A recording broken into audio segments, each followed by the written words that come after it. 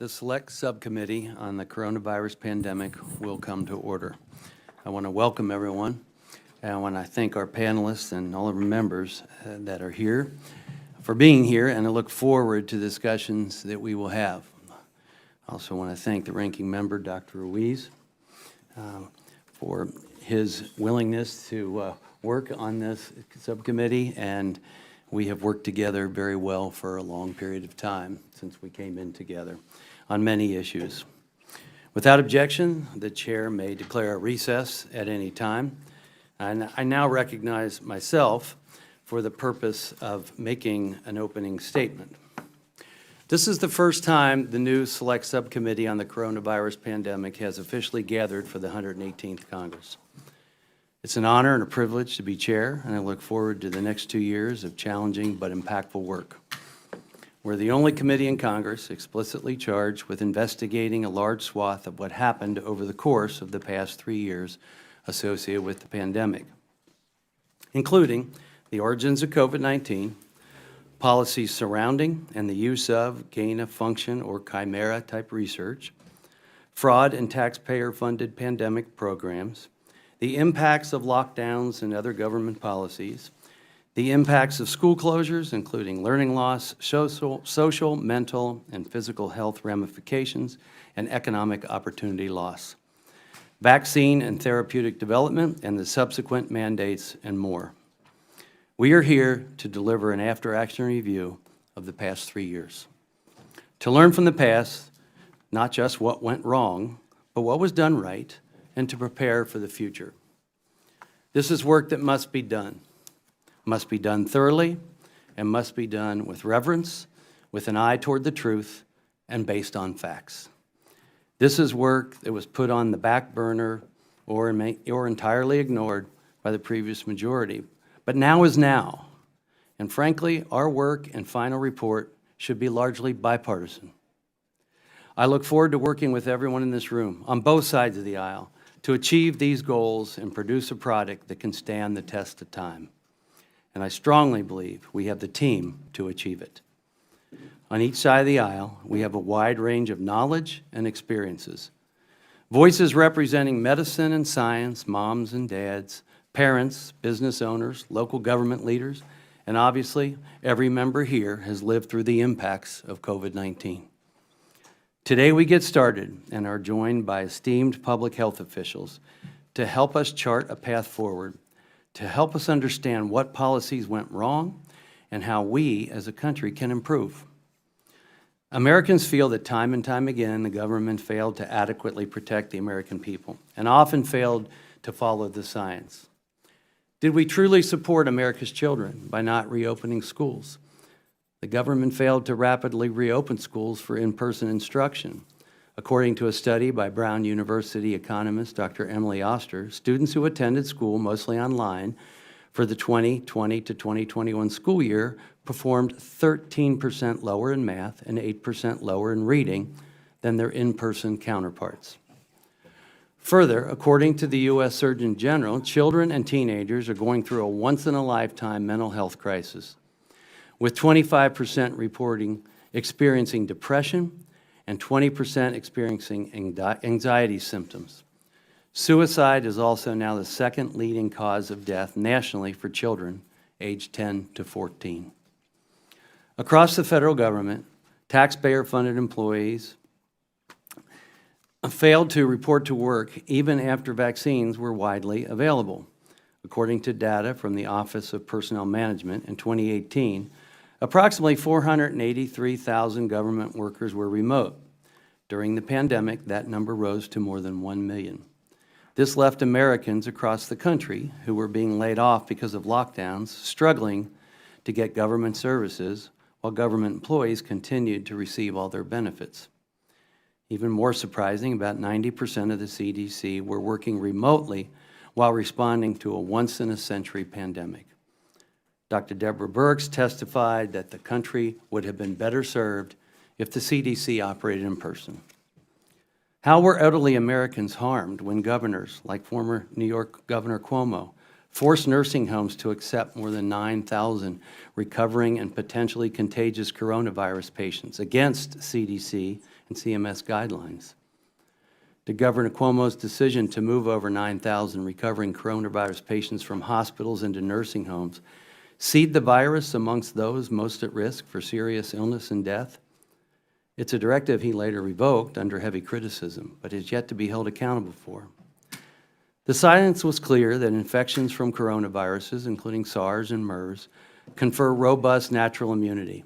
As a matter of fact, many scientists, feeling left out, recognize the existing science regarding infection-acquired immunity, as well as recognizing the pluses and minuses of mRNA vaccines. Now, more than 3 years into the pandemic, The Lancet published an analysis confirming the health benefit associated with infection-acquired immunity. They state that individuals previously infected with COVID are 88% less likely to succumb to serious disease for at least 10 months, a strength and duration seemingly on par with vaccine-induced immunity. On December 5, 2020, then President-elect Biden promised vaccines would not be federally mandated. Less than 1 year into his presidency, President Biden abruptly announced the national vaccine and testing mandate, a mandate never before imposed on employees or the American workforce. Personal physician consultations were not part of this process. Did this benefit or harm public health? Each one of these and many other decisions must and will be investigated thoroughly. The American people deserve to know and understand how and why these impactful decisions were made.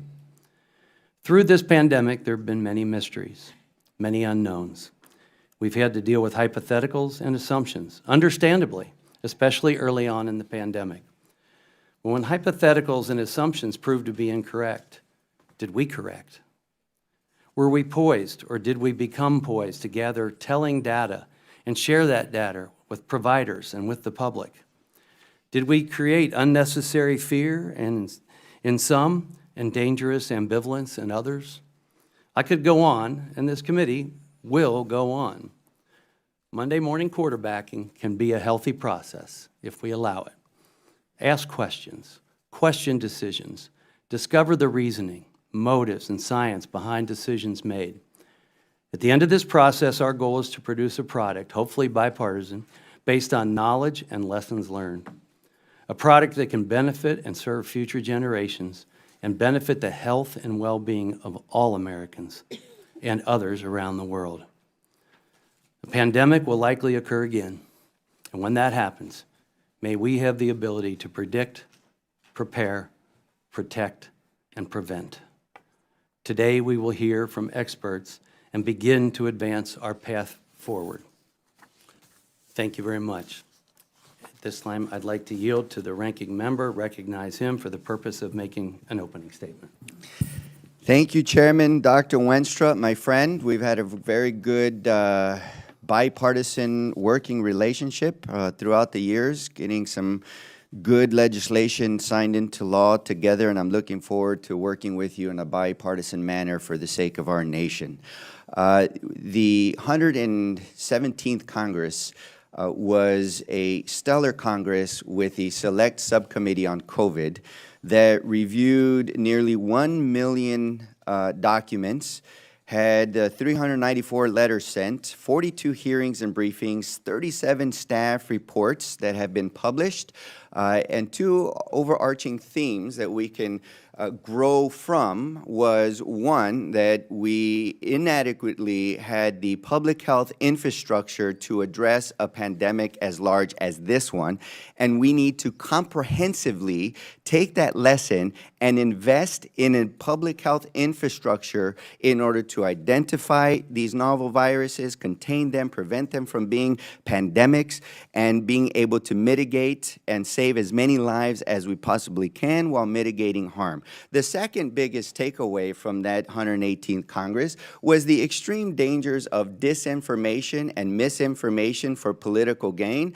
and not based on evidence or science, and that can lead to non-compliance or failure of therapeutics or misinformation where people are making decisions that put themselves themselves and their families in harm's way. So when we speak of lessons learned and what went wrong, we must also have an honest discussion of what went right.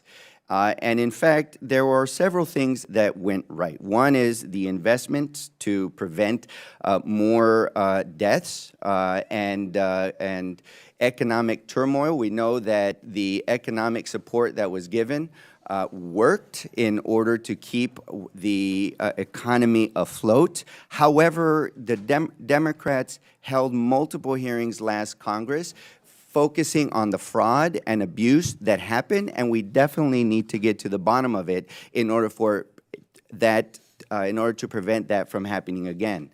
Just recently, the Commonwealth Fund had a report on December 13, 2022, that showed that because of the administration's efforts, there were over 3 million lives saved.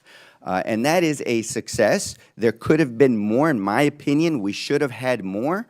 And so we need to understand the lessons learned, all the barriers of misinformation, disinformation, the politicization of this, and avoid those for the sake of our nation in order to save more lives. So today, the Select Subcommittee on Coronavirus Pandemic officially convenes for its first meeting of the 118th Congress. Our work comes at a crucial moment for our nation's public health. For 3 years, COVID-19 has presented our government and our society with unprecedented challenges. More than 1 million lives in the United States have been lost due to the COVID-19 pandemic. The COVID-19 pandemic was real and not a hoax, which laid bare vulnerabilities and inequities in our public health infrastructure and our economy. Although we have made significant strides to overcome the COVID-19 pandemic, we are still dealing with the long-term implications of this public health crisis. COVID-19 continues to pose a serious threat to the health of some of the most vulnerable in our communities, and the spread of misinformation or disinformation has undermined the American people's trust in our nation's public health institutions and in each other, further dividing us at a time when we should come together to grieve and heal from a crisis that has taken a toll on each of us, regardless of our political affiliation. As ranking member of the Select Subcommittee, I am optimistic that our work to evaluate the federal government's response to the COVID-19 pandemic can be responsible and objective. And I am pleased to be leading this Select Subcommittee alongside my friend and colleague from Ohio, Dr. and Chairman Wenstrup. Chairman Wenstrup and I, as I mentioned, have partnered on several shared priorities, and it is my hope that we can work constructively to advance the critical purpose of preventing and preparing for future pandemics. Because above all else, I'm confident that no one in the United States, regardless of political party, wants us to relive the experience of another deadly pandemic. Today's roundtable offers a meaningful opportunity for us to begin the work of objectively evaluating our nation's response to the COVID-19 pandemic, and I am pleased to have invited Dr. George Benjamin, fellow emergency physician and executive director of the American Public Health Association, to participate. However, I am troubled that other participants on today's panel have a well-documented history of downplaying the gravity of the COVID-19 pandemic and defying the overwhelming consensus of America's scientific research and public health communities, including by advocating for a reckless herd immunity strategy for a deadly novel virus we knew little about, and drawing into question vaccine policies that contributed to the prevention of more than 3 million fatalities. To successfully carry out the charge of this Select Subcommittee, our work must lead with facts and follow the science. Anything less would be a misguided use of our time and taxpayer dollars and a betrayal of the interests of the American people. I yield back. Well, thank you, Dr. Ruiz. Appreciate your comments. Our witnesses today are Dr. Martin Kulldorff. Dr. Kulldorff is a biostatistician and an epidemiologist and a professor on leave in the Department of Medicine at Harvard University. His research centers on developing and applying new disease surveillance methods for post-market drug and vaccine safety surveillance and for the early detection and monitoring of infectious disease outbreaks. He earned a bachelor's degree in mathematical statistics from Umeå University in Sweden and his doctorate in operations research from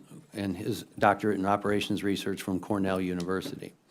Dr. Marty Makary. Dr. Makary is the Chief of Islet Transplant Surgery and a Professor of Surgery at Johns Hopkins University. He has served in leadership at the World Health Organization Patient Safety Program, elected to the National Academy of Medicine, and has published more than 250 peer-reviewed scientific articles. He earned a bachelor's degree from Bucknell University, a doctor of medicine from Thomas Jefferson University, and a master's in public health from Harvard University. Dr. J. Bhattacharya. Dr. Bhattacharya is a professor of health policy at Stanford University and a research associate at the National Bureau of Economics Research. His research has focused on the health and well-being of vulnerable populations, the epidemiology of COVID-19, and the evaluation of policy responses to the COVID pandemic. He has also published 135 articles in top peer-reviewed scientific journals. He earned a bachelor's degree, Master of Arts, Doctor of Medicine, and Doctor of Philosophy in Economics, all from Stanford University. Dr. George Benjamin. Dr. Benjamin is an Executive Director of the American Public Health Association. He was previously the Secretary of the Maryland Department of Health and Mental Hygiene. He started his career in medicine as a military physician in the Army.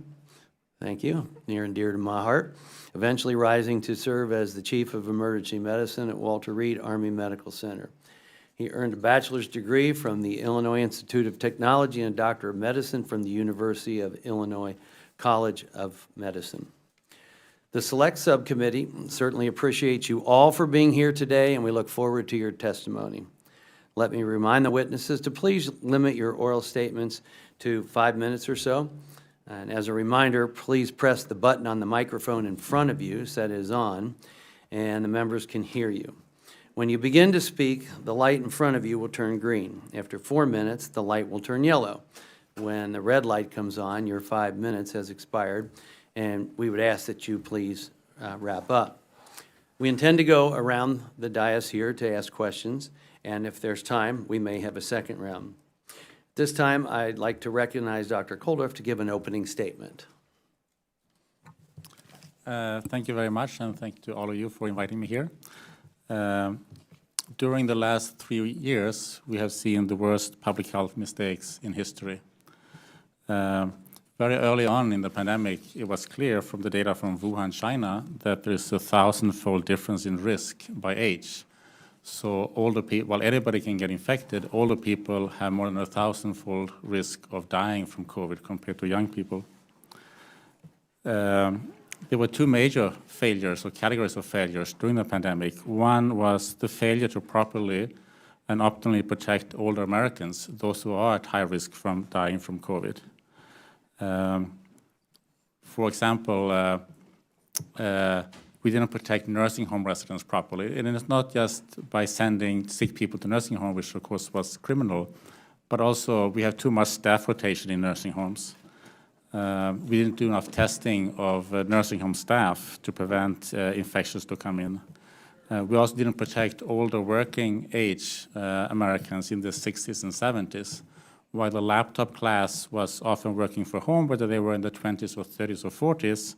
Many older working class Americans in the 60s and some in the 70s were still working as cab drivers in supermarkets and so forth, being infected. And in fact, the way we dealt with the pandemic was the worst assault on poor people, working Americans and middle-class Americans since segregation and the Vietnam War. When, as part of the Great Barrington Declaration, together with Dr. Bhattacharya here and Dr. Snedda Gupta at Oxford University, when we proposed very concrete things for how to better protect older Americans who needed better protections, we were instead slandered by claiming that, for example, we advocated by wrongly stating that we advocated a herd immunity strategy. We have very concrete proposals for how to better protect older Americans, but that was dismissed and we were slandered instead of taken seriously. Secondly, lockdown harms, school closures, people not going to medical visits and so on, that has killed many Americans and will continue to do so in the next few years. For example, a woman who didn't get her cervical cancer screening in 2020 might now die next year or 2 years from now instead of living another 15, 20 years. So the lockdowns had enormous negative consequences on public health, on not only cancer screening and treatment, on cardiovascular disease treatments, diabetes care, vaccination rates for children plummeted. Vaccination is very important to vaccinate our young children. Also, of course, as was mentioned earlier, the mental health, both of the young people and older adults. So that was a major failure of our pandemic response. These failures are due to abandonment of basic principles of public health, and I mentioned two of them. One is that you cannot only focus on one disease, in this case COVID. You have to look at public health generally, all diseases, including chronic diseases, including mental health. We didn't do that. All the focus was on trying to suppress or eradicate COVID, which was impossible for a disease like COVID. The other thing, we were thinking short-term instead of long-term. Yes, you can do lockdowns and reduce short-term infections of COVID, but that has long-term consequences in, for example, cancer and cardiovascular disease. That was not considered. So there was never done a proper benefit risk or benefit harms analysis. Mistakes were made, and the pandemic response is a house of cards that's now falling apart one by one. I don't think that anybody left who thinks that school closures were a good idea. There is now being recognition that there is immunity after having had the infection. So there was never a reason to mandate vaccine for people who had already had COVID. There was recently a study of masks that shows that masks have zero or very limited benefit. So this house of cards is now falling apart. And we have a choice.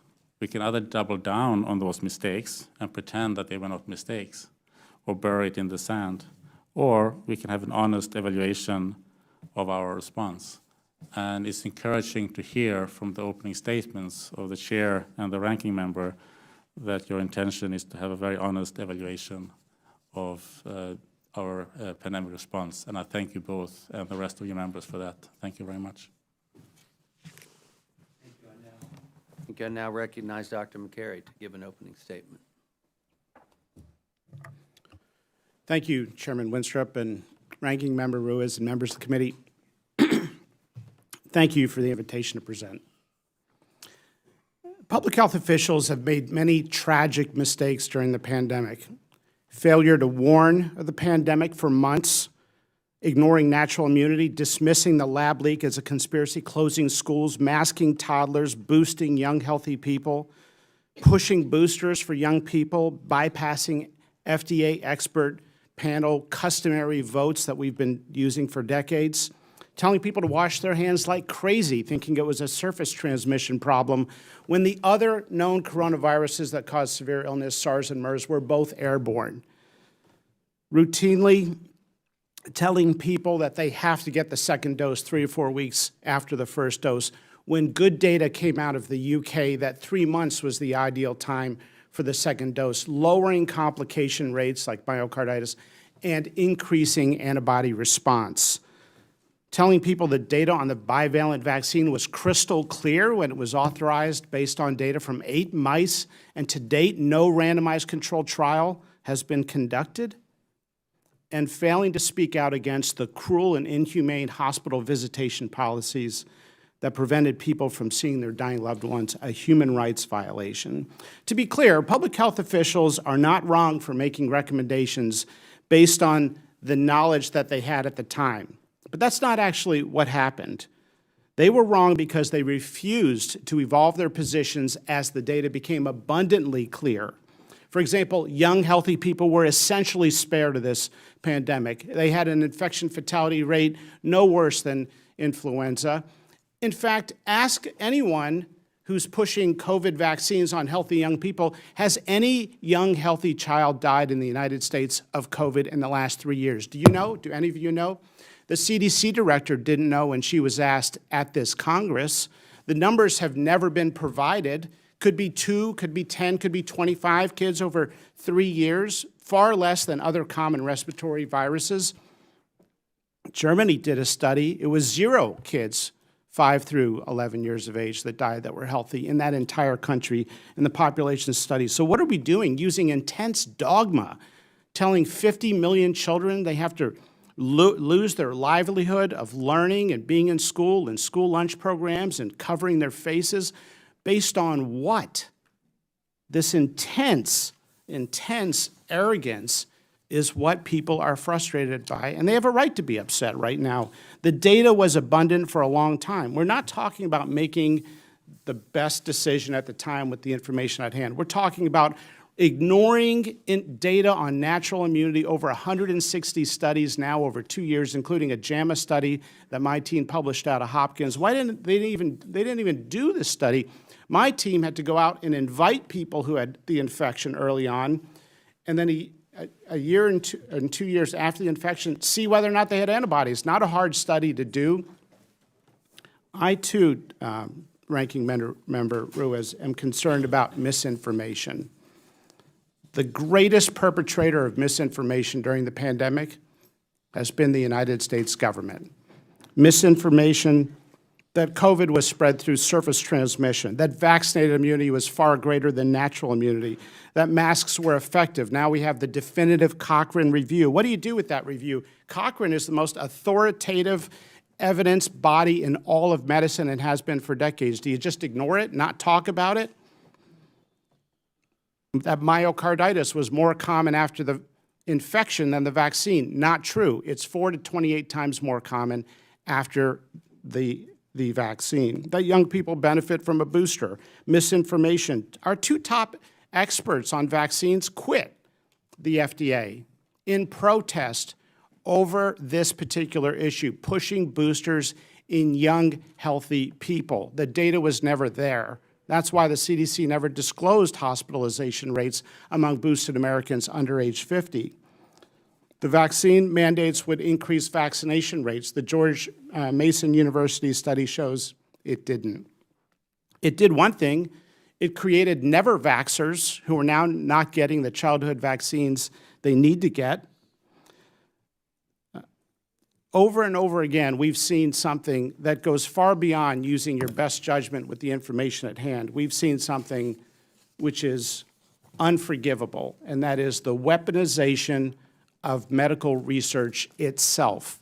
The CDC putting out their own shoddy studies, like their own study on natural immunity, looking at one state for 2 months, when they had data for years on all 50 states. Why did they only report that one sliver of data? Why did they salami slice the giant database? Because it gave them the result they wanted. Same with masking study. Well, the data has now caught up in giant systematic reviews, and the public health officials were intellectually dishonest. They lied to the American people. Thank you. Thank you. I now recognize Dr. Bhattacharya.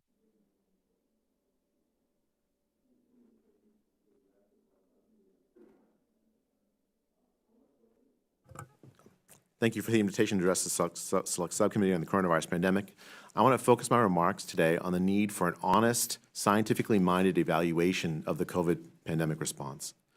Though scientists and people vehemently disagreed about the wisdom of lockdowns, school closures, vaccine mandates and discrimination, masks, and so much else, there's near universal agreement that what we did failed. Official accounts attribute more than 1 million deaths to COVID in the United States and almost 7 million worldwide. By early 2022, about 95% of Americans had contracted COVID despite the harsh countermeasures in most states, including confinement of broad populations, business closures, cessation of religious and other gatherings, school closures, and widespread violation of civil liberties. Very clearly, these measures failed to protect Americans from COVID. This fact is confirmed by comprehensive Johns Hopkins University meta-analysis, which concluded that lockdowns had failed to contain the spread of COVID. At best, they temporarily protected the laptop class who could work from home without losing their jobs, perhaps 30% of the population, while being served by the working class. The pandemic response itself has wrought tremendous collateral harm. There's now broad agreement that the school closures, in some states running for a year or more, have set kids behind in ways that will lead them to worse outcomes as adults, including shorter, poorer lives. One peer-reviewed paper estimated that the spring 2020 closures alone may have cost American children millions of life years in expectation. These losses are unequally distributed, with poor and minority children suffering the worst learning losses. Hundreds of thousands of kids never returned to school when schools opened. Maybe the most perplexing sin of the public health establishment was that it abandoned an essential commitment to science. For example, why was the age gradient in COVID risk ignored in sending COVID-infected patients back to nursing homes early in the pandemic, where we knew the most vulnerable people resided? Why did public health authorities ignore clear scientific data that COVID infection-acquired immunity is as strong or stronger than vaccine-acquired immunity? Vaccine mandates forced many frontline workers, heroes who contracted COVID early in the pandemic while doing essential work, to choose between their careers and a vaccine that provides less protection than the natural immunity they already had. Many, faced with these anti-scientific choices, will never trust public health authorities again, even on vital topics such as the necessity of traditional childhood vaccines. Public health bureaucrats operate more like dictators than scientists during the pandemic, sealing themselves off from credible outside criticism. Consider, for instance, the treatment of scientific dissidents outside the government who contradicted public health dogma. In the earliest days of the pandemic, public health bureaucrats organized a cover-up of the hypothesis that COVID emerged as a result of a laboratory leak, calling scientists who proposed the idea conspiracy theorists. Only recently have official bodies started to admit the hypothesis is plausible and maybe even true, and certainly not a conspiracy. Where do the scientists whose careers were destroyed advancing the idea go to get their reputations back? When Martin Kulldorff of Harvard University here today, Sunetra Gupta, a professor at Oxford University, and I proposed a focused protection alternative, not a herd immunity alternative, to lockdowns in October 2020, then NIH director Francis Collins labeled the three of us fringe epidemiologists and engaged a media campaign to take down our proposal, to which tens of thousands of doctors, epidemiologists, and scientists endorsed, including a Nobel Prize winner. Under the banner of combating misinformation, government health agencies use their power to collaborate with social media companies to control the public conversation about science, COVID science, and policy. The pattern repeated itself throughout the pandemic, with science bureaucrats abusing their authority to create an illusion of scientific consensus in favor of destructive ideas when none existed. So the American people deserve answers to fundamental questions about the pandemic. On what empirical basis were schools closed? Did public health decision makers consider the harms of their policies as thoroughly as their putative benefits? Why did authorities ignore recovered immunity or failure of the vaccine to prevent disease transmission in recommending vaccine mandates and discriminatory vaccine policies? With such a litany of failure, the American people deserve an honest COVID commission to evaluate the response and document all the errors as well as the few successes. In 1986, when the U.S. faced the national tragedy of the Space Shuttle Challenger explosion, Congress created a commission with independent outside experts, including Nobel Prize-winning physicist Richard Feynman. His iconic demonstration of a faulty O-ring made brittle in the cold as the cause of the Challenger disaster led to fundamental reforms at NASA. The American people deserve a similar bipartisan, scientifically minded COVID-19 commission so the public health disaster of the last 3 years is not repeated. With Dr. Makary, Dr. Kulldorff, and 5 other epidemiologists, I've written a document called the Norfolk Group Blueprint, where we list 80 pages of questions that need to be answered, scientific questions, in a bipartisan, scientifically minded spirit to address the failure of the public health establishment during the pandemic. Thank you. Thank you, Dr. I now recognize Dr. Benjamin to give an opening statement. Chairman Weintraub and Ranking Member Reyes, listen, thank you very much for allowing me to be here with you today. And members of the committee, thank you as well. I'm Georges Benjamin. I'm the Executive Director at the American Public Health Association. I'm an internist, but I really self-identify as an emergency physician who got dragged into public health. And let me say that I've been in this town for a long time, and I have probably been involved with every single public health emergency that we've had since I arrived here in 1983. And for my years addressing crisis and emergency situations, it's clear to me that the understanding of the facts around what, when and how things happen is an essential first step to ensuring we are better prepared for the future, and I'm very glad the committee is looking to do that. In addition, though, let me just point out that the retrospective scope, docs in the room will understand that, many of those on the committee, is a very powerful tool. But we have to be incredibly careful that we do not review our past actions using what we know today while forgetting what we actually knew when we initially made critical decisions. That's very, very important. And I think the chairman has also said that as well. And while what we know today should indeed inform our future preparations, and I don't want anyone to leave this room thinking I don't believe that it should inform this, we must remember the limited information we had when we made those decisions are very, very important. And also the fact that our knowledge base in science continues to evolve over time, and so we do learn things over time.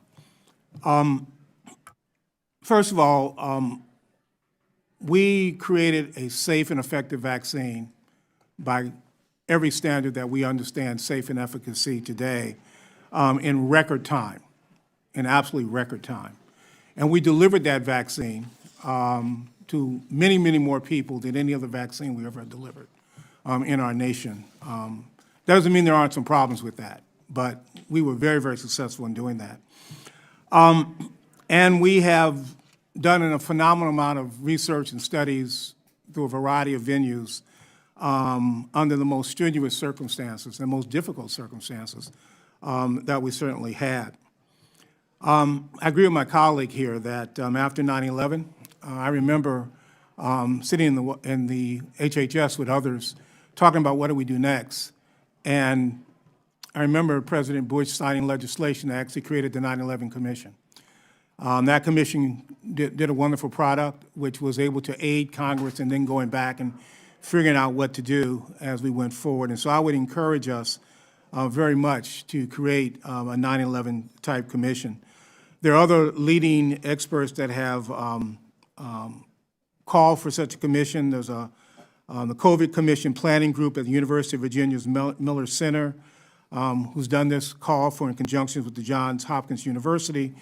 And the COVID Collaborative, of which APHA is a member, has also called for such a commission.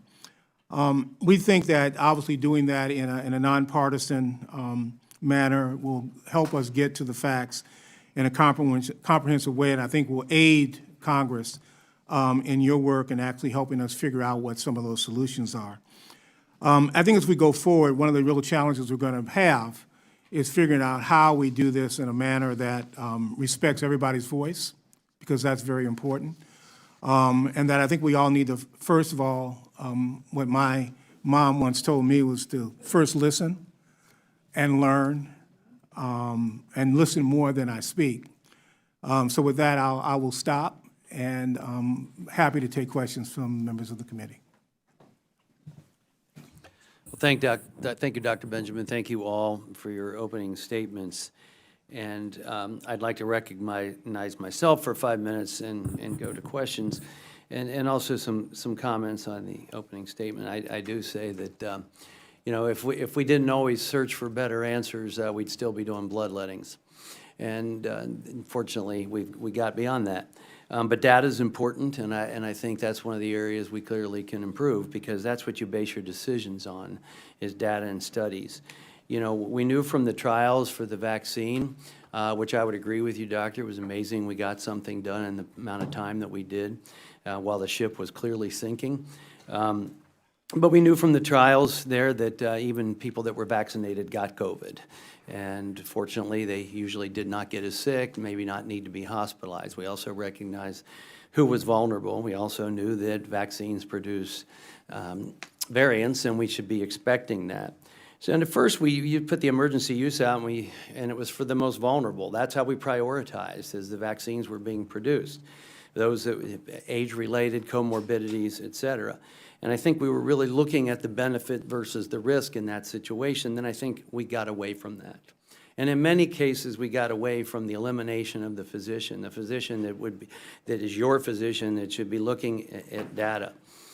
And there were other things that are lessons learned too, for sure. You know, in one of my rural counties, sheriff called me and he said, Brad, I got a 71-year-old gentleman here. He has a painful hernia. He was in so much pain, they canceled his case. He took his life. And guess how many cases there were in the county at that time? 0. So, you know, does that seem right to us today? No, it doesn't. And we have to be able to be open to foreign data, especially when we feel it's a reliable country that's doing the studies appropriately. I also had a situation where a gentleman called me, one of my constituents, and he said, hey, they're making my son get vaccinated. What should I do? I said, how old is he? Is he healthy and everything? Yeah, he's fine. I said, well, look, we're worried about myocarditis. It usually happens after the second dose. If they're making him do it, maybe get 1 dose, but get a note from his doctor that to waive having the second dose. Well, that didn't stand up. But didn't stand up to who? A school board? It wasn't standing up because it was coming from a physician. So these are things that are concerned about. I took the vaccine, 2 doses of Pfizer in January of 21. In August of 21, I got COVID. You know why I knew? I couldn't smell garlic salt. That's the only reason I knew. I didn't get tested. It was beyond that. I remember having chills about a week and a half before. No one in my family got sick. But when I was going to Germany, they said, before you go, you got to get a booster. You can't go without a booster. I said, okay, let's check my antibodies and T cells. And that gave alarm. This is right here in the Capitol, right? Not with the physician, though, with the nurse.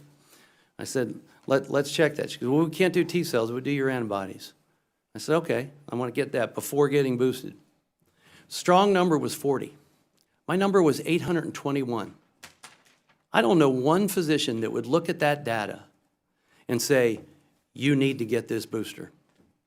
Because I would say, you better have a good reason as to why. So this is why we have a problem today. And I think too much of it is data and physician interaction with patients. One thing I learned was patients said, we just want to be educated, not indoctrinated. And that is, I think, a problem that we've had with the public health response. So I would like someone to just maybe briefly touch on the little time that we have, the balance of vaccine-acquired immunity and natural immunity. Whoever feels they're most prepared for that one. Well, natural immunity was observed in 430 BC after the Athenian plague. Recovered individuals did get severe illness, and yet it was considered a conspiracy theory or something we couldn't trust or believe in because we didn't know the long-term protection. Well, we didn't know the long-term protection of the vaccines either. What we noticed, though, if we listened to practicing physicians on the ground, and if anybody asked physicians in ICUs, the first year and a half of the pandemic, have you ever seen somebody healthy recover from COVID and then come back and need a ventilator? I asked that question. Doctors around the country all said no. So what does that tell us? Now, the Great Barrington Declaration pointed out that there was a 1,000-fold difference between the old and the young in infection fatality rate. If you start looking at someone with a risk factor and someone who's young and healthy, it's a 100,000-fold difference. So why do we have the same policies for everybody? Now, we all bring our biases into COVID and COVID policy. The bias of all the people making the decisions, and let's be honest, it was a small group of people making all the decisions, a small, non-diverse, like-minded group making all the decisions. And they were HIV researchers. Nothing wrong with being an HIV researcher, but guess what? In HIV, there's no natural immunity. It's an infection of the immune system. And with HIV, they said 1,000,000 times over, everyone's at equal risk. Not so with COVID. So there were intense biases that we saw. Now, Dr. Fauci, responding to the intense public pressure from the scientific community to recognize natural immunity, as Europe did, decided to call 4 of his buddies and do a straw poll vote. Should we recognize natural immunity? This is now public information. And the attendees of that meeting were people who were relatively like-minded with mandates and other policies of Fauci. The vote was split 2-2, so he just decided to continue the party line of the government that if you have circulating antibodies that neutralize the virus, They're antibodies the government does not recognize unless they were derived from the vaccine. Thank you. I might add to that that I was at a meeting at the White House under the Trump administration, and my takeaway with the people that were around the table on this topic was there weren't enough people at the table to address all the health issues that were taking place in America. And I think that's something we need to consider going forward. Now I'd like to recognize Dr. Ruiz for his questions. Thank you. A crucial charge of the Select Subcommittee's mission is to conduct an objective analysis of the federal government's response to the COVID-19 pandemic so that we can better prevent and prepare for future public health crises. One important way we can do this is by examining our actions during the early days of the pandemic when little was known about the coronavirus, its transmission, and the dangers of COVID-19. Dr. Benjamin, what lessons can we learn from the early days of the COVID-19 pandemic to better prepare our nation for future public health threats? I think there are several things we can do. First of all, let me take on the issue of naive immunity. We generally don't do that in medicine, particularly when we have a therapeutic option that will prevent it, for a bunch of reasons. Remember that some of the early information we had coming out of China was that about 20% of the people who got sick got really sick, particularly people with chronic diseases. And if you're in communities of color, disproportionately you had some of those chronic diseases. So we knew early on that that would be a real challenge. Secondly, yeah, you get immunized, but you got to survive to be immunized. I don't want to make that dramatic statement, but that's true. That we did not really understand the risk corridor there. We were all kind of surprised that kids did kind of well. But there were some children that got that MSC, which was a multi-system inflammatory syndrome. And, you know, today we've got about 9,000 kids who had that. So, you know, we were concerned about that. But we were surprised early on that kids did better. Now, I guess we shouldn't have been. You know, kids have really robust immune systems. And so kids do better than older adults do, particularly the aged. Our immune systems wither as we get older. But nonetheless, that was some of the things we understood. We understood that, and you might remember this was our perception worldwide was this was a bad disease. This was not the flu. You may remember we were making that comparison, flu versus COVID. And so there was a great deal of concern about this early on. Now, we've learned a lot since then. We have learned that if you do get a naive infection, meaning you aren't immunized, and then if you get vaccinated, you have a really, really, really robust response. And that's great science, and I'm glad we're learning about that. But my historical practice and my advice to when I talk to patients and communities is to get vaccinated because I think that is still the one thing that we know works. So having said that, a crucial component of our efforts to overcome the COVID-19 pandemic has been expanding access to safe vaccines that dramatically reduce the risk of severe disease. Under the Biden-Harris administration, more than 600 million doses of the COVID-19 vaccine have been administered across the United States. According to the Commonwealth Fund, COVID-19 vaccines have saved more than 3 million lives and prevented 18.5 million hospitalizations in the United States. Unfortunately, there has been this misinformation regarding vaccines that has surged during the pandemic, polarizing one of the most safe and effective tools we have to protect people from infectious diseases. Dr. Benjamin, why is vaccine misinformation so dangerous, and what steps should Congress and this Select Subcommittee take to dispel it? Yeah, because I think it erodes trust. It erodes trust in physicians, it erodes trust in our healthcare system. You know, one of the interesting things was in March and April of 2020, we were already seeing flyers being passed out in communities.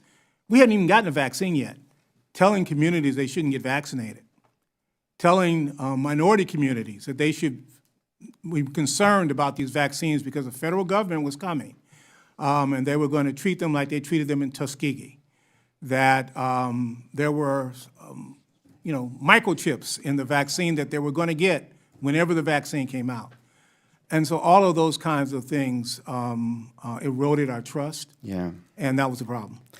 On page 35 of the Norfolk Group's report references the Great Barrington Declaration of October 2020. Doctors Bhattacharya and Kulldorff authored this declaration to call for a herd immunity strategy through widespread natural infection before a COVID-19 vaccine was developed.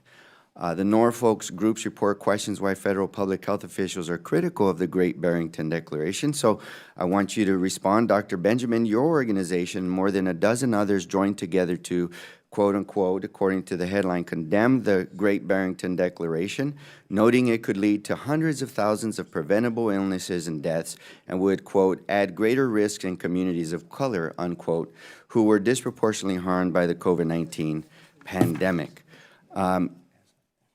Herd immunity for a virus that we have yet to understand the full ramifications. Even now we are learning of this long COVID in a virus that we saw the R0 rate that could infect and hospitalize and severely cause great harm to a great load of population.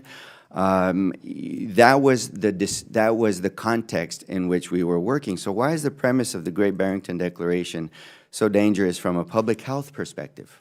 Well, we disagree with the approach, and we disagree with it, with our respect to my colleagues, because we thought that it put more people at risk.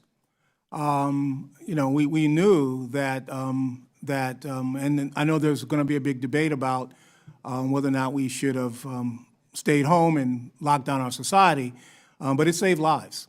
And we felt that deliberately exposing people to that infection, recognizing they were trying to understand a risk strategy, couldn't do it. You know, in our society today, we have lots of kids that are nice and healthy, but we have kids on high-dose steroids, we have kids with autoimmune diseases, and those kids go see grandma.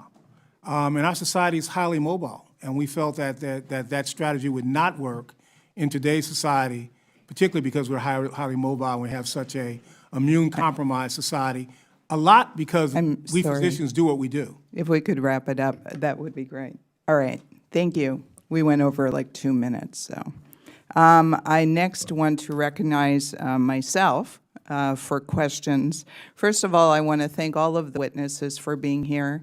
And for the 3 witnesses on my left, I greatly appreciate that you stood up for what you believed in, even though you were vilified, censored, and it's very unfortunate that that happened, and I think we can learn a lesson from that. So, questions I have are for Dr. Bhattacharya, Kulldorff, and Makary.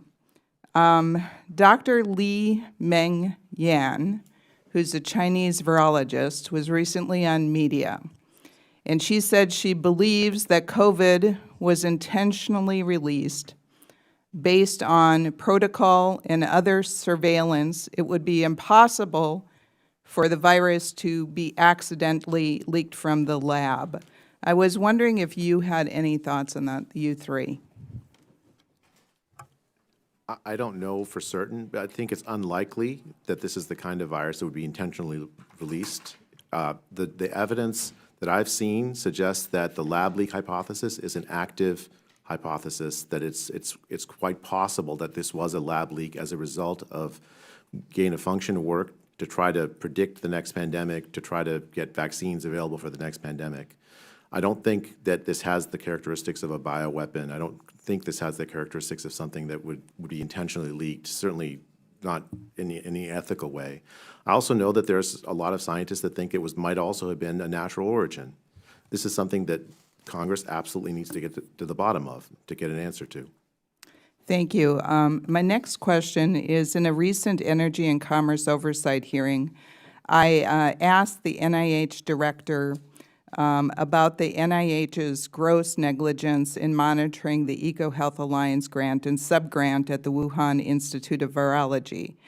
After admitting that we might not have all of the information and research reports from the WIV and EcoHealth, He insisted that he was sure that the coronavirus research that the U.S. taxpayer dollars funded at WIV was completely unrelated to SARS-CoV-2.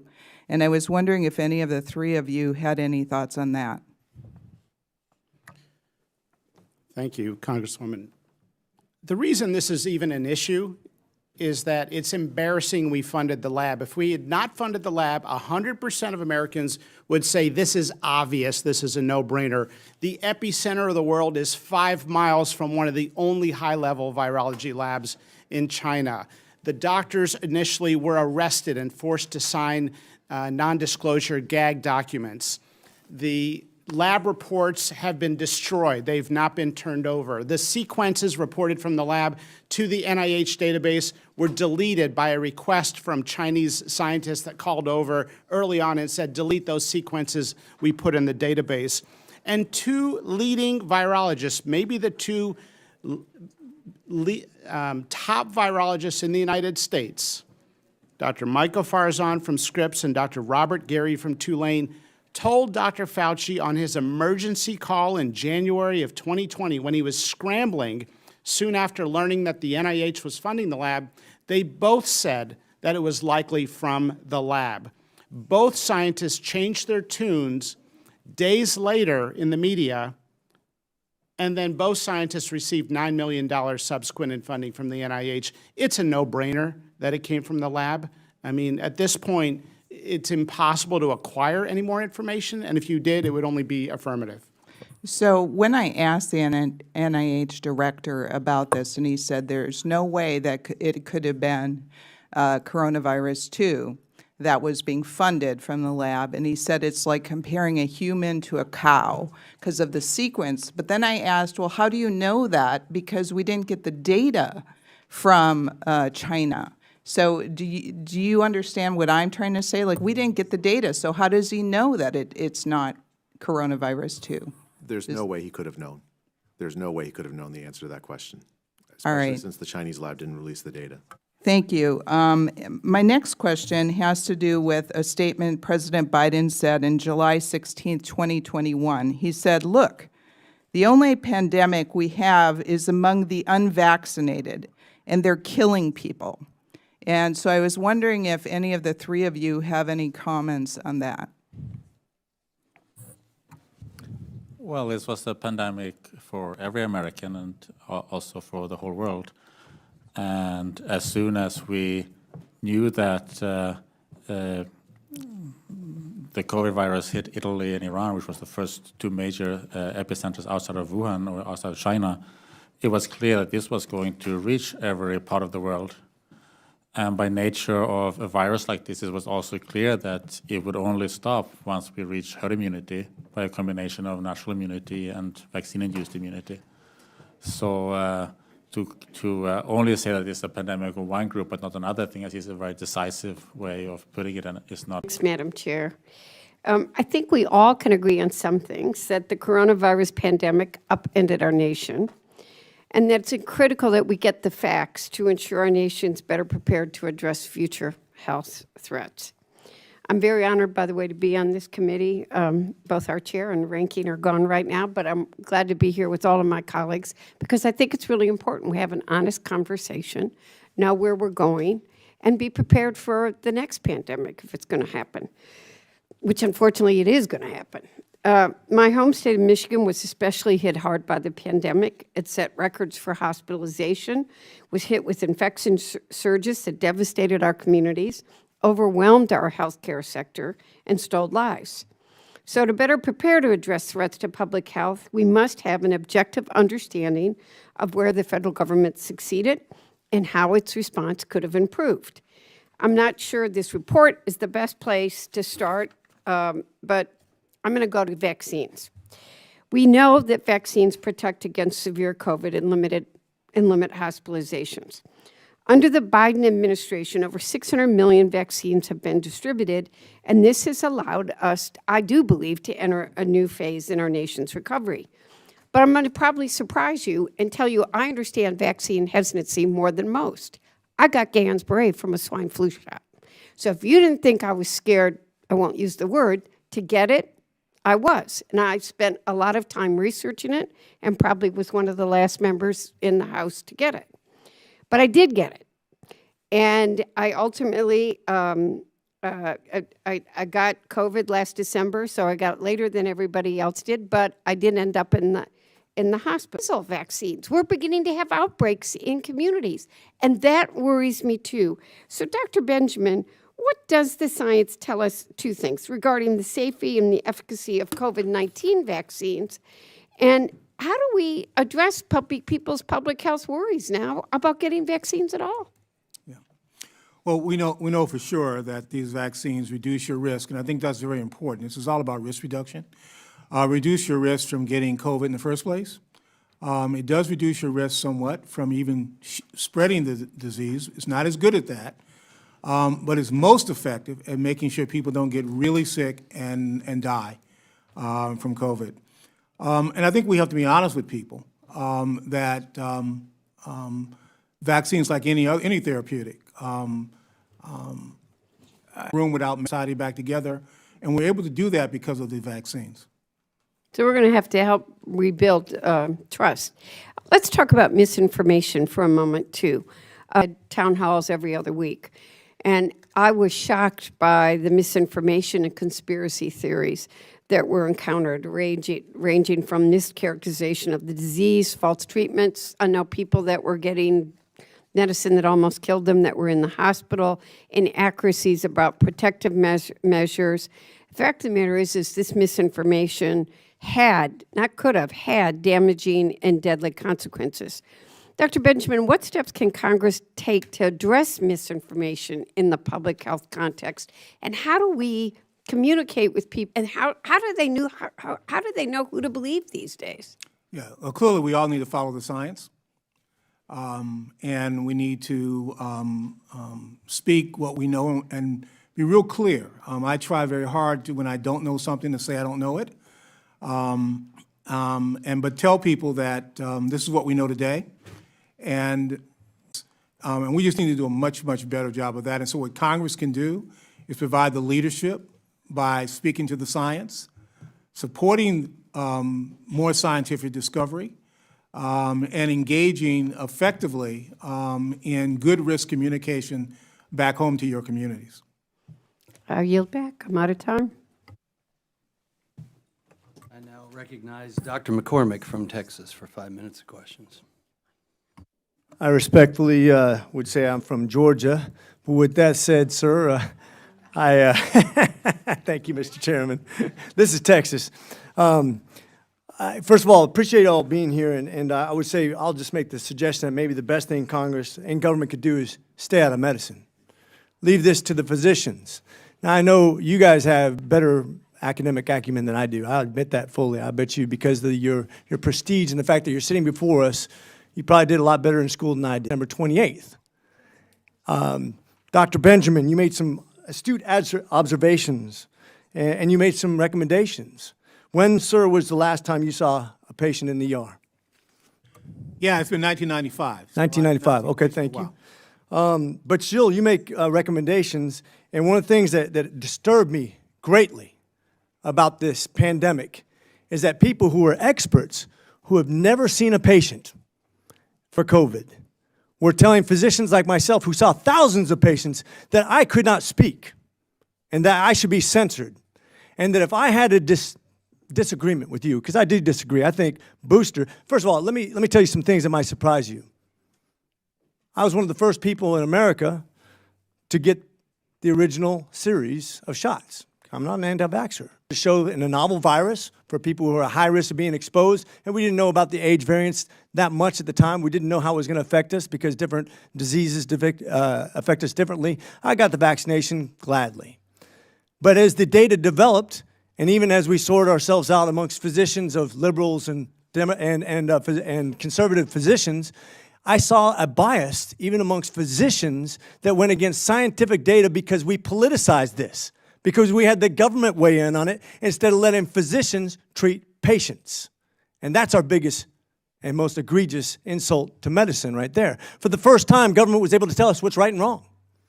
was able to tell me as a physician that my experience didn't matter. And that if I disagree with you and I said, you know what, that booster shot really isn't showing any significant benefit as science has now proven, and yet here people say, yes, you should still get the booster, even though it's not beneficial, and we don't even know all the side effects. As a matter of fact, I would make the argument right now, right here on TV, as a congressman who's also a recent physician and still qualified to treat patients, that we do more harm than good by treating people with booster shots right now.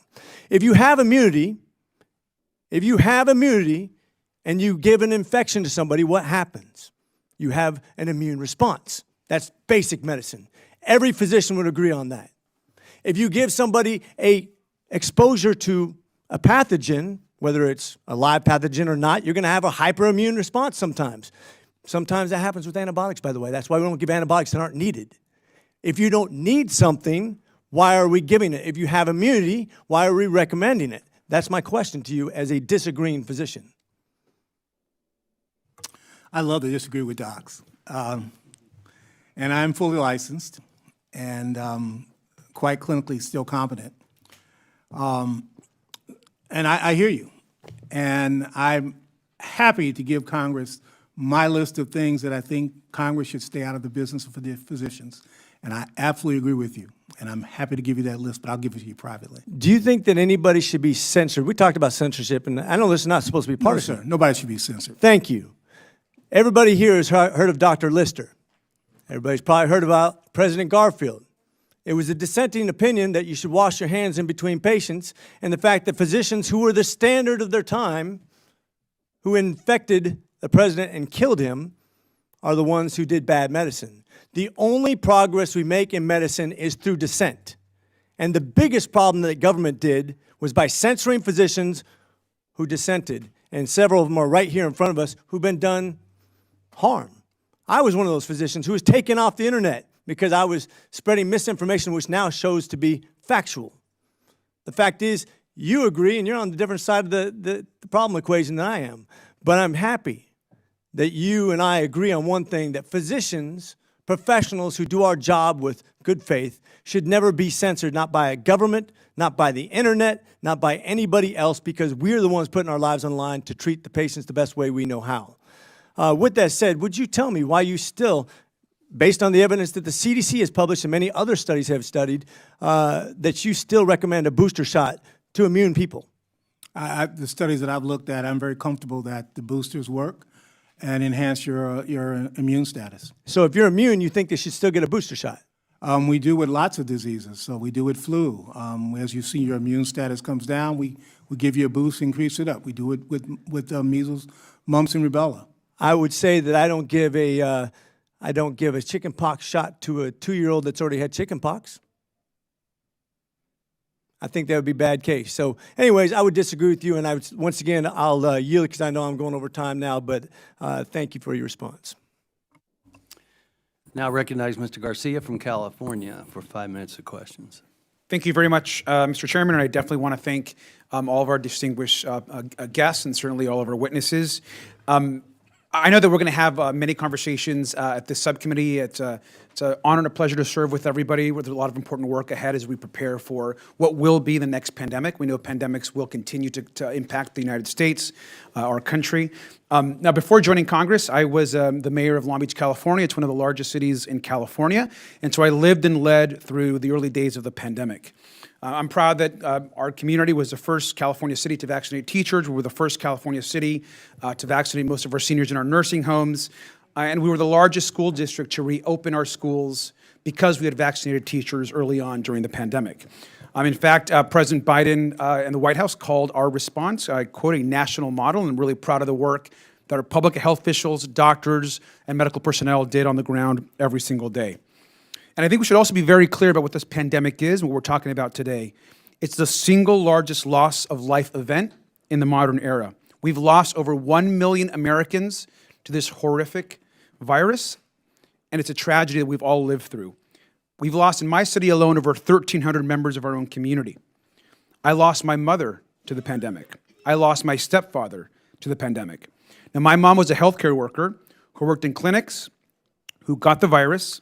And then, of course, unfortunately, my stepfather also got the virus. And both of them, by the way, would have been some of the first people to receive the vaccine, but the vaccine, of course, wasn't available at that time. And so I deeply care very personally about the work of this committee and our country's ability to take on the next pandemic. There's been a lot of discussion about mistakes that were made, and I think it's important to note that in any crisis, mistakes are going to be made. We had an enormous crisis happening here and across the world. When we make mistakes, we learn from them, we adjust. It's okay to be angry at the scale of the mistakes, and to then learn, move on, and prepare for the next crisis that we may have in our country. What's not okay to me, and it's really not acceptable to folks that have lost individuals or folks within the healthcare community, is to peddle half-truths or conspiracy theories, and certainly to advance misinformation for political gain. Now, I've heard members of this very committee more interested in mistruths or vaccine hesitancy than on actually focusing on pandemic prevention and learning from our mistakes and implementing them across our government. Now, we've talked a lot about a lot of mistakes, and I think that's true. I remember early on when the pandemic first happened, trying to get tests, trying to get support from the Trump administration, none of which was pretty united on what has worked and what hasn't worked. What has cost many lives and continues to cost lives is misinformation, a lot of which we actually hear in the U.S. Congress. Now, Dr. Benjamin, would you agree it's safe to say that misinformation has been and continues to be a public health threat? It's a major public health threat and continues to be so. And would you also agree that people with large public platforms who has spread misinformation actually have made the pandemic worse? I think there are many people out there who have a large bullhorn who have made it worse, and I think that is a real challenge we have to figure out how we address. And would you agree that members that have large public platforms, including members of Congress, should not be essentially encouraging folks to not get vaccinated, which is actually happening by some members of this very committee? Well, let me put it this way. I have a large public platform as the head of the largest public health association on the planet, and I am very, very careful what I say and how I say it in order to not be misconstrued. And I now recognize Dr. Jackson, who truly is from Texas, for 5 minutes of questions. Thank you, Mr. Chairman. Dr. Benjamin, I just want to ask you a real quick question. As a well-documented advocate for the mass vaccination of not only adults but young children, are you still advocating, I just want to make sure I'm clear on this, that young, healthy children as young as 6 months of age should still receive the vaccine? yes, sir, I am. Okay, and so you think that, and just correct me if I'm wrong, but you think that anyone in this country, any American, regardless of age, regardless of whether they're healthy or non-healthy, whether they're immunocompromised or non-immunocompromised, whether they have comorbidities or not, everyone should get the vaccine? Yes, sir. Okay. Well, you know, this is one of the things that disturbs me the most as a physician, is that we are approaching this vaccine. I talk about the public health authorities in this country, are approaching this vaccine like it's any other childhood vaccine. This is a vaccine that was developed by mRNA technology. We have no long-term studies, despite the constant, implications or suggestions by those that are suggesting that everyone should get this vaccine, that these studies exist. There are no studies on the long-term consequences of receiving this vaccine. It would not be possible to have those. It's just that they're not possible. So I hear people say all the time, and they use that as an excuse to say these vaccines are completely safe. I'm pretty disturbed at this particular point that we are advocating for young, healthy children who essentially have no risk of serious illness or hospitalization, and certainly not death from this vaccine, to continue to push this as a normal childhood vaccine. As Dr. McCormick had mentioned earlier, I'm not an anti-vaxxer either. I got the vaccine myself. I had both of them. I got all my children vaccinated when they were growing up, all the childhood vaccines that they were supposed to get. This vaccine is completely different, and I think that it's a shame that we're treating it the same way we are now. Now, I want to ask you a question. Sir, are you at all alarmed by the recent spike in myocarditis and cardiovascular disease in young, otherwise healthy children that have received this vaccine, which is now a documented side effect of the COVID vaccine? Yeah, we know that it's rare. First of all, and secondly, let me point one other thing. Where we are with these vaccines, the same place we were when we had the first polio vaccine, the first MMR vaccine. First tetanus vaccine. Yes, but those were illnesses where children were. The Food and Drug Administration asked a federal judge for permission to make the public wait until 2096 to disclose all of the data it relied upon to license the Pfizer COVID-19 vaccine. Dr. Benjamin, in your opinion, why would the FDA need 75 years to release such critical information to the public? What do you think the hesitation here is? I have absolutely no idea. You don't think that's reasonable either? I think we ought to figure out why they want to hold on to it. But Well, I think we should figure that out too. Long It seems period of time. completely unreasonable why they need 75 years to release such information unless they were covering up something. Okay. All right. Well, look, I will say, in no disrespect, sir, but you were and you still are the director of the American Public Health Association. And I think one of the biggest travesties, one of the biggest disasters from this COVID disaster was what we have now is a complete lack of trust and confidence in the public health sector, complete lack. And that's due to a coordinated spread of misinformation and disinformation that was for political gain for the most part, and a lot of part by public health officials like yourself, and to some extent by people who didn't have any medical background whatsoever. They were misrepresenting those risks and treating all Americans, as I said, of all ages, as if they had the same risks from COVID, which is completely not true. There's misinformation regarding the long-term safety of the vaccine, as I mentioned, claiming it was science backing their decisions to, or they're backing their statements saying this, which we know that science does not exist. There's misinformation regarding masking, social distancing, the authoritarian lockdowns, harm to the education and the well-being of our children, natural immunity, as we've discussed, the potential therapeutics, many of which we know had safety profiles, and the list goes on and on. I will say to you that I think that, as I said, with no disrespect, you are a very strange witness for the minority to bring before this committee, when I think that one of the biggest failures of this entire COVID fiasco has been the complete lack of trust and confidence that the American people now have in the public health sector. Thank you. With that, I yield back, sir. I now recognize Ms. Ross from North Carolina for 5 minutes of questions. Thank you, Mr. Chair, and I'm not a doctor, so you guys are probably going to be happy about that, but my dad is a doctor. As we all know, the COVID-19 pandemic has exposed how unprepared the United States and the rest of the world are for large-scale public health emergencies. And it's critical that we learn from this experience and use our knowledge and resources to prepare for and prevent similar disasters in the future. For years before the onset of the current pandemic, academic, scientific, and policy institutions warned of the potentially devastating impacts of a global pandemic. As far back as 2012, the Rand Corporation concluded that pandemics were capable of destroying America's way of life. In the years following, the U.S. intelligence community cautioned in their annual worldwide threat assessment that pandemics can cause political and economic upheaval. Our goal today should be to address the systemic gaps that left us nation but around the world. We must ensure that we take basic steps to protect our own citizens. For example, my state of North Carolina has refused to expand Medicaid, leaving hundreds of thousands of North Carolinians without health insurance and more vulnerable to their health risks. This is one area where we worked to address in the American Rescue Plan by providing states with new financial incentives to expand Medicaid. Wake County, where I'm from, in the Research Triangle, stepped up to ensure that its residents had easy access to critical services, including free testing in multiple locations, vaccinations, personal protective equipment, and more. I'm proud of the local government officials, nonprofits, and regular Americans who work together to meet the needs of our district. But we can't depend just on local strategies. We need a national strategy and a global strategy. We have to create a comprehensive federal plan. We also need to address staffing shortages in our healthcare. Right now, there are people who have left the healthcare profession because of the pandemic, and we aren't getting them incentives and new people into the healthcare profession. And that is something this committee should address. So, What I would like to do first is basically say, clearly, the world and we were unprepared for the COVID pandemic.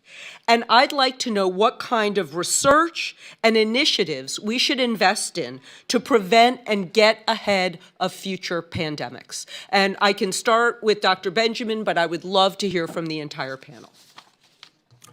Let me just say that I know the NIH just rolled out a strategic plan for research. I would encourage Congress to support that. It has 5 priorities, and they go in any ways to range from fundamental knowledge to actually implementation science. I think it's a good plan, and again, I would just encourage Congress to do that. My colleagues here have some ideas as well, and some of their research ideas absolutely ought to be looked at. No idea should be taken off the table. Okay. To the other doctors. Can I say that since it's such a short time, the key thing is to let the discussion happen, to not censor outside voices. I personally have faced censorship from government sources during the pandemic, including, and as well as like slander and denigration. Even during this committee hearing, we've heard people mischaracterize my ideas. You need to involve outside voices respectfully in order to get the full set of people, doctors certainly, but also outside scientists who disagree, at the table during the time the decisions are made, or else bad decisions will get made, just as they were during this pandemic. Okay. Briefly, I do have one other question, so briefly. So I think there's one Western country who did very well during the pandemic, and that was Sweden, who had a left-wing government at the time, run by the Social Democrats. They did not lock down. They had mostly voluntary measures. They didn't always succeed in protecting the older, but they did a decent job doing it. And we now know the result is that Sweden had less COVID deaths than most other countries in Europe. And the more important measure is actually excess death. And Sweden has, together with other Scandinavian countries who also had a very light approach to this, the least excess death in the world. So we know that they did a very good strategy, and that was done by a leftist government. So it's not a right or leftist things. Yes. So, reclaiming my time, Sweden also provides health care to everyone. And that goes back to my point about Medicaid not being available throughout this country. Thank you, Mr. Chairman, and I yield back. I now recognize Ms. Green for 5 minutes of questions. Thank you, Mr. Chairman. The response to COVID-19 was devastating to our country, and it's going to be years before we really know the effects and the outcome on our society, and especially on our children. What it did to our children's math and reading levels is horrific. School closures brought them to the lowest levels in years. English 8th graders' math proficiency dropped by 7 points. Reading levels dropped by 2 points. But children in schools that were locked down saw declines in test scores up to 3 times greater than districts that had in-person learning for the majority of the school year. Children truly suffered, and masks were completely child abuse. Suicides. It was unbelievable to hear the numbers of suicides, but it was devastating to hear suicide numbers in young people. The largest increase in the rate of suicides occurred among males ages 15 to 24, an 8% increase. Suicide rates also increased for males ages 25 to 34, 35 to 44, and 65 to 74. But suicides were up at much higher levels because of the shutdowns. Vaccines versus natural immunity. This was something that we've never seen before. The data did not lie. Natural immunity is something that should have been trusted, but for some reason, all common sense and all knowledge went out the window. Researchers found that the vaccinated are at least twice as likely to be infected with COVID as the unvaccinated, and those with natural immunity. But as of February 17, 2023, here's what is shocking to me. There are 1,524,481, this is over 1 million, 1.5 million adverse COVID vaccine effects reported on the VAERS system. And no one seems to want to investigate what these vaccine injuries and deaths are all about. And that's something that cannot be ignored. Through EcoHealth Alliance at the Wuhan lab in China, the American people are finally saying, well, it's good that everyone is acknowledging what we knew all along, and it cannot be ignored any longer. There's something very interesting to me. Dr. Bhattacharya, you took to Twitter and opened an account, and you have a bio that speaks for itself. You took your expertise in your field to try to between the old and the young. Tweet that got you permanently banned on Twitter. So I was put on a trends blacklist. I think that was my second tweet. The day I joined Twitter, I was placed on a trends blacklist by Twitter, which made sure that that a limited set of my followers would see my tweets, but nobody else would. So you were placed on a blacklist, and this is because our government was coordinating with Twitter to silence not only people like me, and I'm not a doctor, but I am a member of Congress, and they permanently banned my account for a year for just quoting CDC statistics and VAERS numbers. But they silenced your freedom of speech and tried to stop your expertise from being told to the public. And what's worse, our government decided that they were going to be the ones that locked down our country and dictated how we would respond to this. So you were able to go back to Twitter. You got your Twitter account back. Congratulations. I did. Although, I mean, I was never banned from Twitter. What happened was I was put on a blacklist so that my tweets didn't see an audience outside of just my followers. And I agree with you. I think it was at the behest of government requests, because there's a lawsuit that I've been involved with brought by the Missouri and Louisiana Attorney General's offices against the Biden administration that have documented a dozen federal agencies telling social media companies what to censor and who to censor in many cases. Let me follow up with one last question. What Wanted the illusion that their ideas were a consensus when they were not. That my ideas were actually, it shattered the idea there actually was a scientific consensus around lockdowns, around school closures, around a whole host of policies that have done tremendous damage. And scientific bureaucrats did not want that idea that there were reasonable people on the outside that disagreed with them. Well, I think history is proving you to be right, all of you gentlemen. Thank you very much. Now recognize California for 5 minutes of questions. Thank you, Mr. Chairman. I think this is a super important select committee to actually try to understand what happened, what worked, what didn't work, what mistakes were made. I'm a general internist by training, was chief medical officer for Sacramento County, so I have a public health background, have done a ton of global health security work and pandemic preparedness work, and chaired the first hearing in Congress, House and Senate on at that time, the novel coronavirus. So fairly early on was paying attention. A lot of the points that both sides bring up are valid. I mean, early on, there were real conversations about bifurcating treatment to protect our older Americans, while actually allowing younger Americans to get naturally infected. That was legitimate. Folks that are well respected. We obviously didn't go in that direction. I think we ought to understand, what the impact of that was. I do believe in vaccines. I have gotten my booster and my bivalent booster. But I also understand that the vaccine mandate, I think in an unexpected way, there was dramatic pushback in the American public. Was that the right approach? Was there a better way to encourage folks to get vaccinated? I don't know, but I think we ought to understand that. We ought to understand the net impact of the vaccine. We ought to understand the spillover. Is it going to negatively impact our young people in America who may not, certainly, there are unanswered questions that I don't have. Early on, Japan didn't shut down dramatically. Older population, dense population, they were still riding their subways. We didn't see dramatic COVID in Japan. I'd like to understand why that was different than New York and other densely packed city. Was it a different variant? Was it cultural issues of masking, bowing, not shaking hands? Was there crossover immunity from SARS, MERS, other things? legitimately, I think we ought to understand that to better inform how we move forward. I think those are super important studies. We could do studies. We know, the state of Florida took a very different approach to, mask mandates and shutdowns, et cetera, versus, my home state of California.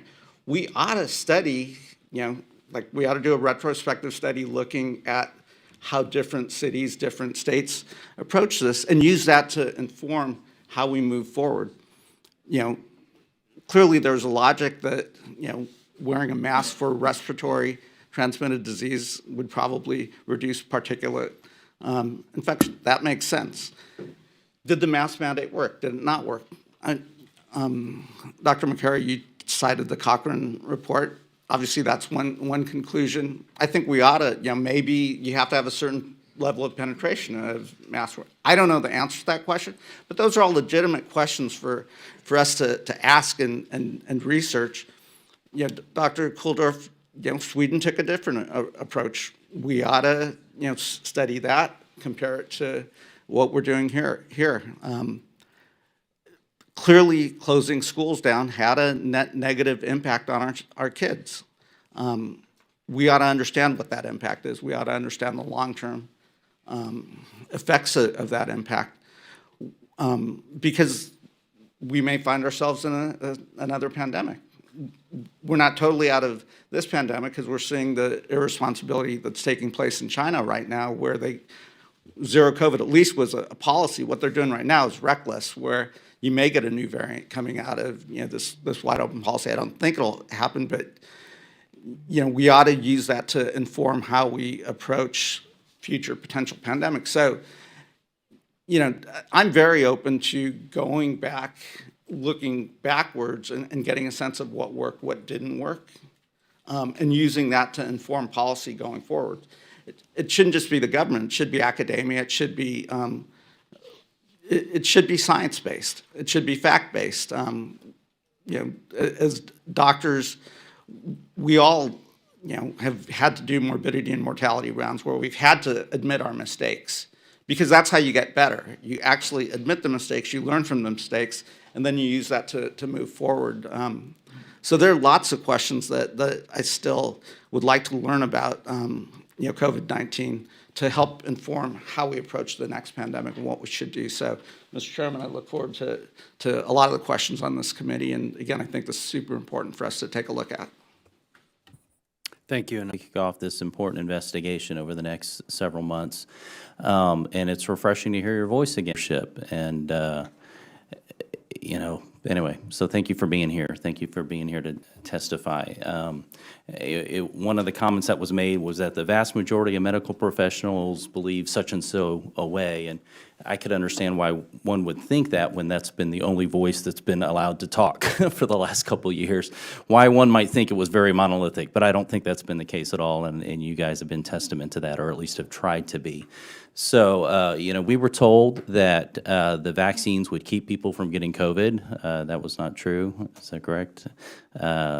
The vaccines would stop transmission. That was also not true. We even had government officials telling people, and very urgently, like, you don't love your kids, you don't love your neighbor if you don't get vaccinated. And yet the big talking points as to why everybody was supposed to and why we had these mandates and lockdowns was just false.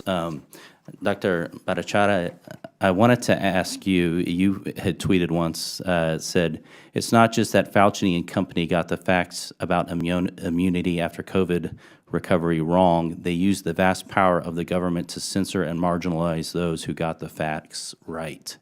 I wanted to see if you could expand on that, because you were actually personally targeted in this as well. Is that correct?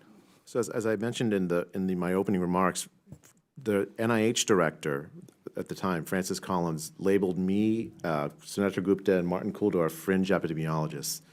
On topic after topic where there was legitimate outside critique of government positions, specifically of positions held by scientific bureaucrats like Francis Collins and Tony Fauci, they used their power over the press and the power of the government to marginalize those voices and exclude them, to create this sort of aura that we're saying something inconsistent with the scientific evidence, even though peer-reviewed published literature supported our positions. And on vaccine, on immunity after COVID recovery, it is incontrovertible that after you are recovered from COVID, you have substantial protection both against infection, at least until the next variant, and also like almost probably near permanent protection against severe disease on reinfection. That was incontrovertible and known very early on in 2020, and yet that was marginalized during the discussion over vaccine mandates. Yeah, and I think everybody gives a little latitude for the first couple months, but we knew a lot of this pretty early on, or at least had early indicators, yet that data was silenced. Dr. Makary, you said there was a 1,000-fold difference in the age, and we knew that early on. How early on? And that there was very little impact on children by comparison. You said that the U.S. government was the greatest purveyor of misinformation, specifically pointing out the CDC. I was wondering if you could speak to how early we knew some of this data compared to the information that was coming out. And then you specifically mentioned the CDC, yet we continue to see the CDC putting, for example, the COVID vaccine on the schedule for kids, which when you look at programs for Head Start and where it's highly pushed to have these vaccines to be able to participate in some of these other programs, there could also be another effect there, secondary effect to that. Could you speak to that and then your take on CDC requiring this for kids? The CDC and the FDA and people at the NIH made up their mind before the trials were completed. They decided babies were going to get vaccines before the study was done, and when it came out, it found no statistically significant difference in efficacy between the two groups, and they just authorized it anyway. Why are we even doing trials? Why do we even have an FDA? Why not just have King Fauci decree that everyone's going to need this? And public health excluded anyone who had a different opinion. Ask any one of us that had different opinions than the establishment if we were invited ever to the Public Health Association or university forums. We had published collectively 400 articles on COVID, including peer review articles in JAMA, and yet we were excluded. So of course it looks like there's a consensus. But do you know that 40% of rural pediatricians in America do not recommend the COVID vaccine? How would you know that? That's a number that comes from a CDC discussion forum. We talk about vaccines as if it's all or nothing. You got to be all or nothing, like it's a religion. Does that mean does that mean all of you get the anthrax vaccine?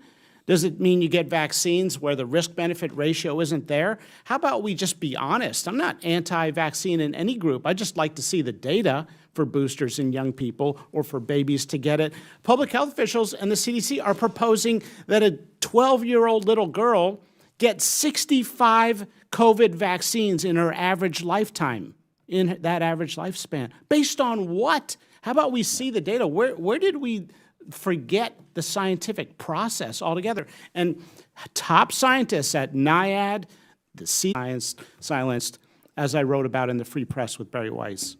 Thank you. Thank you for your testimony. Thank you, Mr. Chair. Dr. Benjamin, early on in the pandemic, Hawaii identified the need to have timely, accurate data available to both make decisions and direct resources. And while it can always be improved, what we found is accurate data really helped us identify disproportionately impacted populations, in particular Native Hawaiians, our Kofa population, Pacific Islanders. And knowing the impact on these populations, we were able to combat misinformation that was out there around both transmission and vaccination and reach out and culturally overall data infrastructure. Our ability to collect data and disaggregate that data on affected populations so we can make better decisions going forward on where to send resources to and those that are being impacted. Yeah, one of the things COVID did do was expose for all of us to see the age and insufficiency of our health information technology infrastructure and our data infrastructure. We don't have a single patient identifier.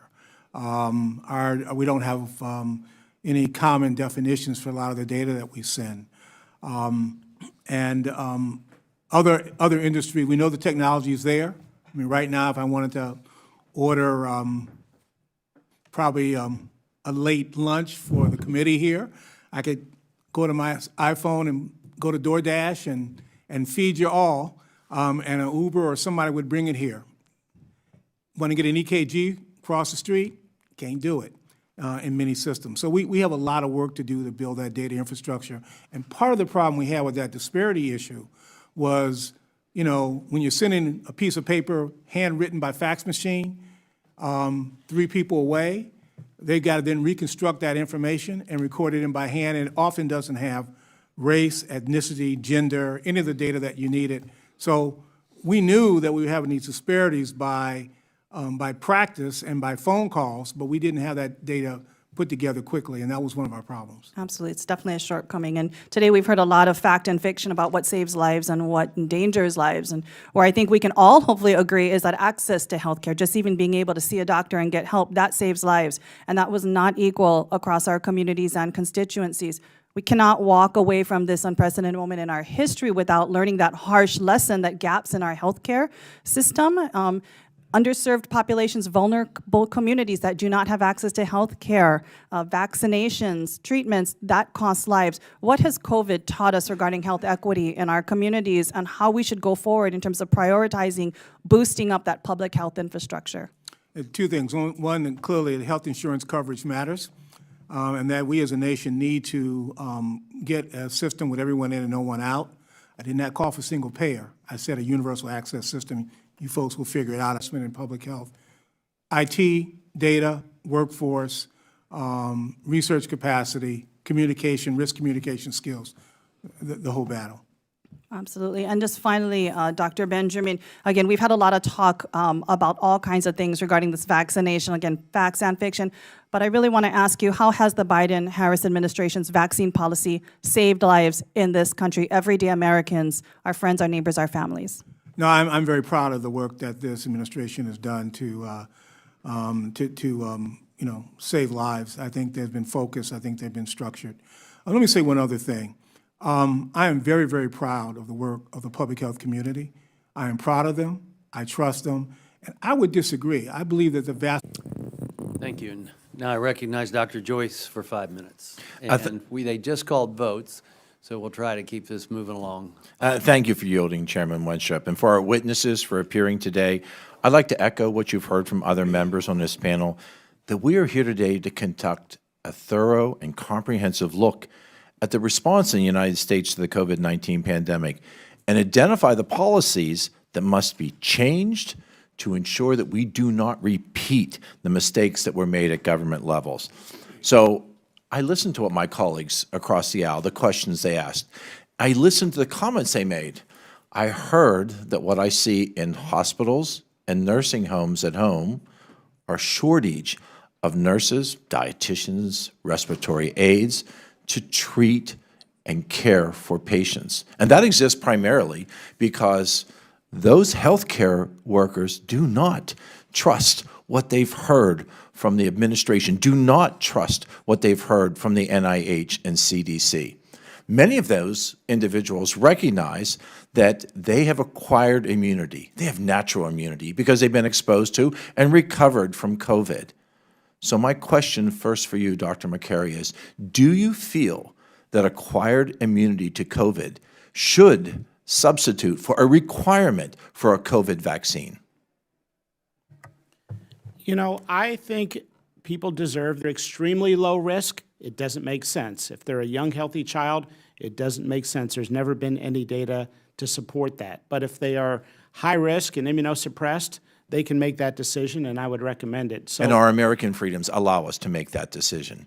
Dr. Bhattacharya, do you feel that individuals should be mandated that their children receive vaccines that are not yet FDA approved? No. Do you feel that that has contributed to the rise in ability for parents to have the impact to make that decision for what's important for their own children? I've seen a rise in vaccine hesitancy for essential vaccines like measles, DPT, that's quite alarming. And I think a lot of that hesitancy is due to the mandates and due to the force, rather than using ethical principles like informed consent. This mandate has demolished trust in vaccines more broadly, and I think it's quite alarming. Dr. Makary, you're at Johns Hopkins Hospital, where I spent a lot of time as well, and I recognize that the esteemed institution has seen a rise in the number of delayed diagnoses. Individuals presenting with metastatic colon cancer, metastatic breast cancer, metastatic prostate cancer. Do you feel that the fear of COVID exposure required individuals to step back from receiving the basic medical screening tests that would have prevented them from having metastatic and often deadly disease? People have a distorted perception of risk. A Stanford study found that bicyclers in Palo Alto by the Stanford campus, 43% of them were wearing a mask while biking outside, but only 17% were wearing a helmet. People have a distorted perception of risk, and they've bought into this absolutism. As a physician, you got to just present risks. For example, should pregnant women get the vaccine? Is it safe in pregnancy? You know what? The answer is probably, but we don't have good data. That's what we should be telling women, not mandating it as a condition for them to be a nurse in the hospital and then firing them if they don't have it, even though they have circulating antibodies from natural infection, but they are antibodies that Dr. Fauci does not recognize. Do you feel humility among physicians instead of the absolutism and the dogma when we should have simply said the right answer, we don't know, instead of you must do X, Y, or Z? Do you feel that that absolutism, your term, has really severed the ties of respect from American patients, from American medical institutions, from the CDC, from the NIH? It'll take decades to restore some of this damaged trust. Hopefully this committee and our work will allow us to take this information and give the guidance so that we can recover from that mistrust. Mr. Chairman, my time has expired. I again thank the witnesses for being present here today. I thank you for your important input. Thank you. Now recognize Dr. Miller-Meeks for 5 minutes of questions. Thank you, Mr. Chair, and I thank our witnesses for being here. Dr. Benjamin, I want to thank you as a fellow public health official. So many of you know that I'm a physician. I'm also a former director of the Iowa Department of Public Health. And imagine my first foray into Congress, sitting on this Select Subcommittee for the past 2 years, when I had the opportunity to ask questions of Dr. Fauci and Dr. Walensky, and then public health directors, to ask them about infection-acquired immunity and herd immunity, and you would have thought that that was a novel concept, as novel as SARS-CoV-2. So in asking this question and asking individuals, I actually put forward a bill mandating that all insurances, both public and private, cover for testing for humoral antibodies and also T-cell antibodies, trying to push this issue that if you have immunity, which, can you all just answer for me quickly, what's the purpose of a vaccine? Dr. Kulldorff? Why do we vaccinate people? Well, vaccine is sort of a substitute for natural immunity. So if you haven't had the disease, then you get the vaccine because it gives you protection without the risks of having the disease. Dr. Makary? For example, I'm a big fan of the measles vaccines. I'm not vaccinated against measles because I had measles before it was available. No reason for me to take it. It's to downgrade the severity of illness among those who are high risk and not already immune. Dr. Bhattacharya? What Dr. Makary said and what Dr. Kulldorff said. We want to, if it can prevent disease, great, but then also to mimic what happens with natural infection without having to have natural infection. And Dr. Benjamin? Yeah, it teaches your body to respond to an infectious agent. Yeah, so in essence, we vaccinate people in order to develop immunity. So very early on in the pandemic, certainly by the time the Delta variant came along, we already knew at that point in time that infection-acquired immunity, if we had looked at real-world evidence, which we in the Doctors Caucus and we on members of this committee asked the FDA and CDC to look at, we would have acknowledged that there was infection-acquired immunity, it was valid, but yet our message to the public was that you're mandated to get a vaccine, and I think as you've alluded, this eroded trust in our public health communities. And I can tell you as a former director of public health who has good relationships with all of my county public health directors, and in Iowa there are 101, even though we have 99 counties, They felt that this was a misstep by the CDC and a misstep by the FDA. So can you expand a little bit on infection-acquired immunity, the validity of it in SARS-CoV-2, and then whether or not we should be acknowledging that in children, placing SARS-CoV-2 or COVID vaccines on the recommended list for vaccines will, I think, hurt most of our low-income, impoverished children, our Head Start programs, as Dr. Joyce had mentioned. Yeah, by forcing children to have a vaccine that they don't need because they've already had the disease, that undermines the trust in other vaccines, like the measles vaccines or the polio vaccine, and that's very, very serious. I think during the last several decades, we have the never vaccinate people or the anti-vaccine people have tried to undermine the trust in vaccine, but with very little success.